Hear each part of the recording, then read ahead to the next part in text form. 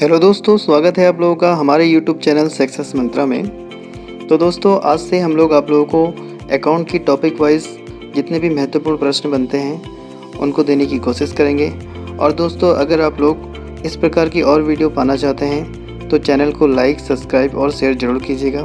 तो चलो चलते हैं आज की महत्वपूर्ण वीडियो की तरफ।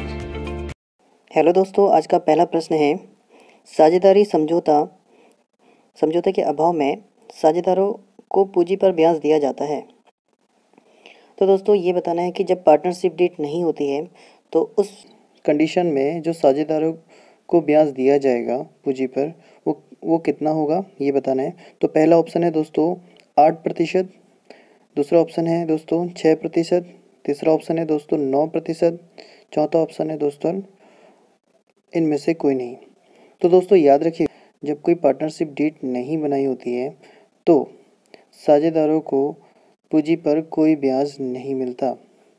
साझेदारों को पूंजी पर कोई ब्याज नहीं मिलता। तो याद रखेंगे दोस्तों। तो इसमें से जो इसका राइट आंसर हो जाएगा दोस्तों वो हो जाएगा इनमें से कोई नहीं।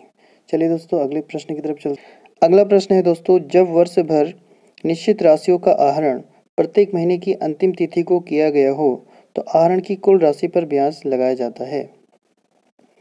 तो दोस्तों पहला ऑप्शन है 6.5 माह के लिए, दूसरा ऑप्शन है 6 माह के लिए, तीसरा ऑप्शन है 5.5 माह के लिए और चौथा ऑप्शन है 1 माह के लिए।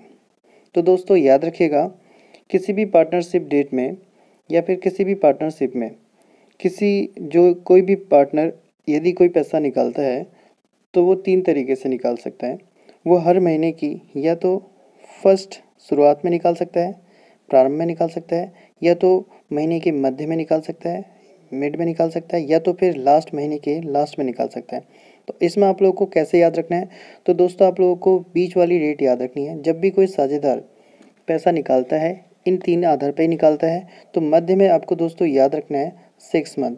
तो दोस्तों मध्य में आपको याद रखना है कितना, 6 मंथ। तो दोस्तों अब यदि पहली तारीख का पूछे तो आप लोगों को इस मिडिल में +0.5 कर देना है, और अगर लास्ट डेट की पूछे तो -0.5 कर देना है।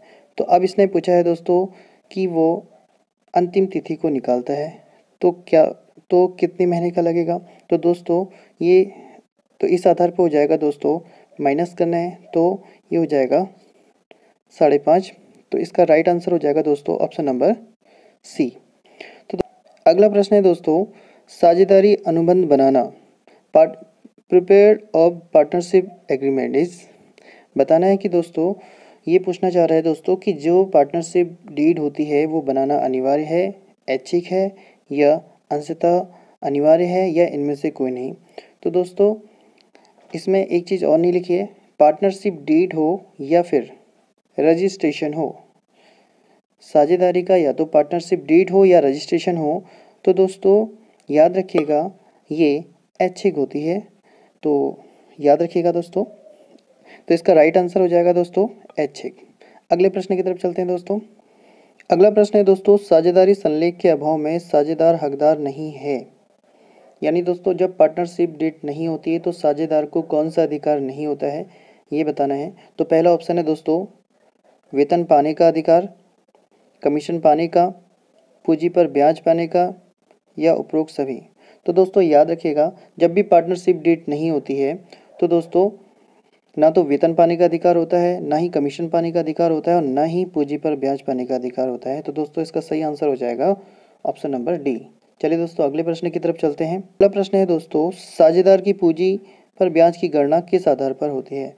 तो दोस्तों इस प्रश्न का कहना है कि जो साझेदार की कैपिटल होती है वो किस बेस पर कैलकुलेट होती है। तो पहला ऑप्शन है दोस्तों प्रारंभ की पूंजी पर, अंत की पूंजी पर, औसत पूंजी पर या इनमें से कोई नहीं।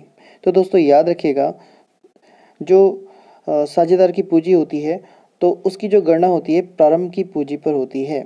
चलिए दोस्तों अगले प्रश्न की तरफ चलते हैं। अगला प्रश्न है दोस्तों, किसी ठहराव की अनुपस्थिति में साझेदार पाने का अधिकार है। तो दोस्तों ये भी सेम पिछले सवाल की तरह ही है। तो इसमें ये बोल रहा है कि जब कोई एग्रीमेंट ना हो तो पार्टनर्स को क्या पाने का अधिकारी होता है?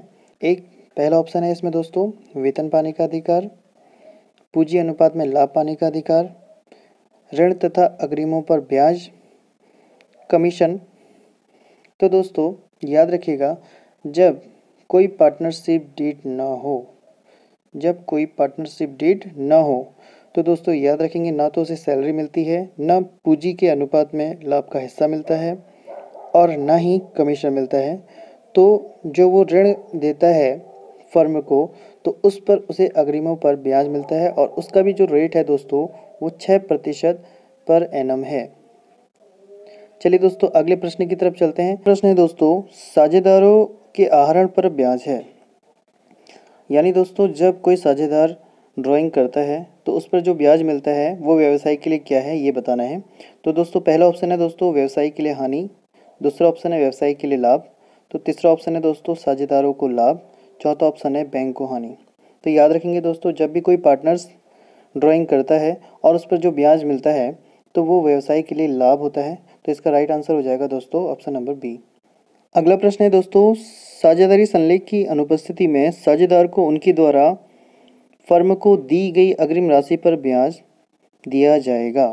तो पहला ऑप्शन है दोस्तों 5%, दूसरा ऑप्शन है दोस्तों 6%, तीसरा ऑप्शन है दोस्तों 9%, चौथा ऑप्शन है दोस्तों 8%। तो याद रखना दोस्तों, जब पार्टनरशिप डीड नहीं होती है तो साझेदार द्वारा दिया गया फर्म को जो पैसा होता है उस पर 6% के दर से ब्याज दिया जाता है। अगले प्रश्न की तरफ चलते हैं दोस्तों। अगला प्रश्न है दोस्तों जब आहरण का समय ना दिया गया हो तो आहरण पर ब्याज लगाया जाता है, वो किस आधार पर लगाया जाएगा? पहला ऑप्शन है दोस्तों 6.5 माह, दूसरा ऑप्शन है दोस्तों 6 माह, तीसरा ऑप्शन है दोस्तों 5.5 माह, चौथा ऑप्शन है दोस्तों 12 माह। तो याद रखना दोस्तों, जब समय ना दिया गया हो तो दोस्तों 6 माह पर गणना होगी। अगला प्रश्न यह है दोस्तों साझेदारों की पूंजी पर देय ब्याज प्रभारित किया जाता है। यानी दोस्तों जब कोई साझेदार फर्म को पैसा देता है तो उसको जो ब्याज दिया जाता है वो कहाँ प्रभारित होता है ये बताना है। तो पहला ऑप्शन है दोस्तों लाभ हानि खाता, दूसरा ऑप्शन है दोस्तों वसूली खाता, तीसरा ऑप्शन है दोस्तों लाभ हानि नियोजन खाता, चौथा ऑप्शन है दोस्तों इनमें से कोई नहीं। तो याद रखेंगे दोस्तों, जब भी कोई साझेदार फर्म को पैसा देता है और उस पर जो ब्याज फर्म देती है वो लाभ हानि नियोजन खाते पर प्रभारित होती है। तो इसका जो राइट आंसर हो जाएगा ऑप्शन नंबर सी दोस्तों, प्रॉफिट एंड लॉस एप्रोसिएशन अकाउंट। तो ये थे आज के कुछ महत्वपूर्ण प्रश्न दोस्तों। कैसे लगे आप लोगों को ये प्रश्न कमेंट करके ज़रूर बताइएगा, और अगर आप इसी प्रकार और वीडियो पाना चाहते हैं तो मेरे चैनल को सब्सक्राइब और लाइक और शेयर ज़रूर कीजिएगा दोस्तों। थैंक यू, फिर मिलते हैं अगली वीडियो में।